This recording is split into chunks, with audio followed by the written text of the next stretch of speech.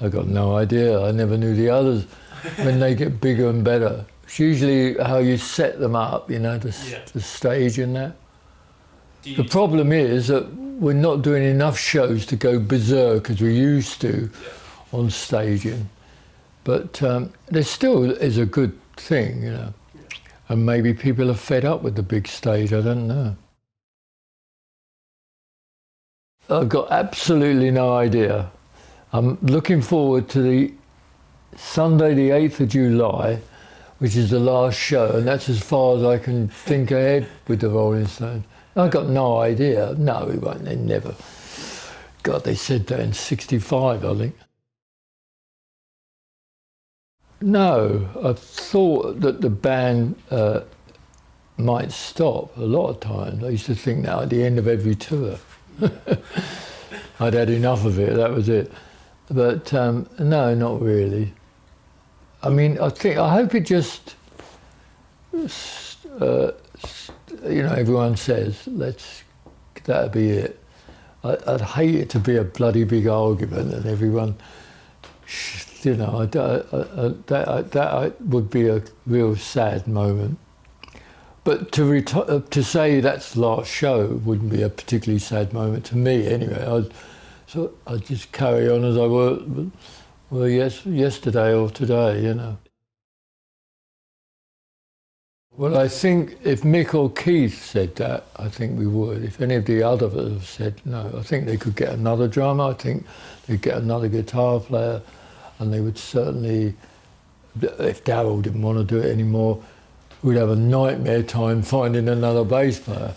But no, I think that Mick and Keith would or could carry on. But I think if Mick said I'm retiring, I don't know how we'd do a show without him and without Keith. Well, yeah, I mean, I think we would. It was a great, mind you, we were very lucky. You know, we did Glastonbury, Hyde Park, 2 Hyde Parks. So it's Glastonbury one weekend and next weekend, and the 3 weeks were glorious. When we did this blues album, the Blue and Lonesome, that was in the middle of doing the second lot of sessions for the album, and we've done another lot since then, so we've done 3 or 4 sets of sessions. But I don't write the songs, so I don't know. I don't have the final say of those things, because I never, once we've played them, I'm not interested really. But, you know, Mick has to live with them to put his voice on, and Keith will sit for hours listening and that. And they wrote them. And so they're much more, I got no idea, I don't know where we are with them.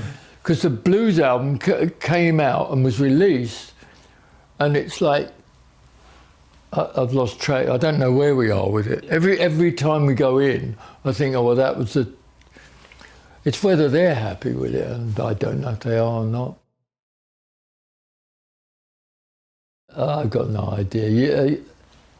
You know, I could say they sound very much like Stax, and when they come out, they sound like Motown or something.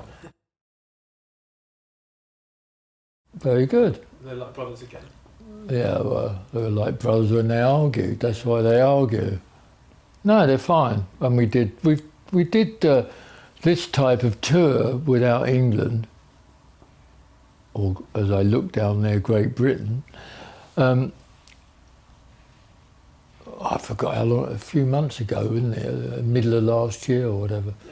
Because, you know, the problem with time now, it's all become very short. So, you know, you suddenly look up and, you know, I mean, the Blue and Lonesome album, I feel like, was released a little while ago. It's actually a few months ago now. It's probably a year ago, isn't it? I don't know. So, you know, it's quite difficult. Well, we've done a tour between that, but mostly Europe. Yeah, all the time. I used to leave at the end of every tour. we'd do 6 months' work in America, and I'd say, "That's it, I'm going home." And 2 weeks later, you're fidgeting, and your wife says, "Why don't you go back to work? You're a nightmare." They are very beautiful. I have 4. But you don't have a driving licence. I can't drive. Have you ever not wanted to? No. Oh yeah, I've wanted to drive them, but they're so bloody hard to drive. They're old. Yeah. So you have to really. So I sit there, boom, boom. It's what I suppose you call it a rich man's indulgence. And I just love the shape of old cars. Where was that? It was in Amsterdam because there was a canal just. It wasn't in the town. It was out of. Yeah. Yeah, but he never called you again. I don't think so. I actually said, "You're my singer," but I was drunk actually. Because I'm not really a rock star. I don't have all the trappings of that really. Yeah. Having said I've got 4 vintage cars and can't drive the bloody thing, but still, not really. I've never been interested in doing these or being seen. Yeah. Okay. I love it, and I do these because I want people to come to see us, because that's how the band exists, by people coming. There's nothing worse than sitting in a club, and I've done it for years. Anyone who played in a jazz band or a trio, you've got 3 people, 2 of them one is your mate and the other one's your girlfriend, sitting in the front, and that's the audience in a pub. There's nothing worse than that. So and if you want to play in where we Old Trafford, you've got to fill the place up because so that's the. But for 20 years I never did an interview. Really? Yeah. How come? I did an interview with Ray Connolly, and he quoted me, and I didn't like the quote. I said it. It wasn't Ray's fault. I said it, and I said, "That's it." And I never did an interview for 20 years actually, and then about 20 years ago, I think Mick got fed up with having to do all of them. So I was roped in to do a couple, and I still don't like them really. I don't like talking about these things, what we're talking about really. I don't really talk about them much. Yeah. They don't really enter my life, to be honest. Yeah. I mean, if Mick rings up, it's not the Rolling Stone. Obviously, as a bit goes work, Yeah. Because he usually rings to say, "What do you think of, I don't know, a design of something?" But he gets very annoyed with me because I don't have a mobile, and I don't have all this stuff. So he can't, he's a real speed freak. So it sort of, he can't instantly get a reply from me. Has to go. But postman brings it. The girl picks it up at the gate, brings it in. Then I have to ring him and hope he's in, so he gets a bit pissed off nowadays with that. And years ago, that's how he used to design the stage, but now he's sort of a bit quick. And it's easier to do it when we're all together, a lot of that. But other than that, they didn't really enter my life, to be honest. Well, I think so. I think he would have loved to have been in it. I don't think he could have coped with it. Well, he couldn't have coped with it. He didn't cope with it at the end, for the last year of his life. Yes, it was. Brian initially was he was the one who everybody spoke to, because none of us wanted to talk to anyone. Mick was very much in the background at that early time.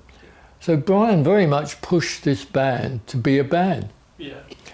Well, he pushed us to get work to be a band. Yeah. And all the clubs we used to play in London were really Brian on the phone annoying Giorgio Gromolski or someone. Can we squeeze us in? Because we usually got put in between jazz bands, because most of the clubs in London were run by jazz musicians or their managers, and they started at the Marquee, having you on the Alexis Bill Pemberton, I think, into having the worst night for jazz, which was Thursday night. He tried his R&B band, which I was in, to play there. And it became the biggest night of the week, because the biggest night originally at the Marquee was Sundays, Johnny Dankworth's orchestra, which was a bloody marvellous band. Dudley Moore was a piano player. Yeah, it was a fantastic band. It's great bloke, John Dankworth.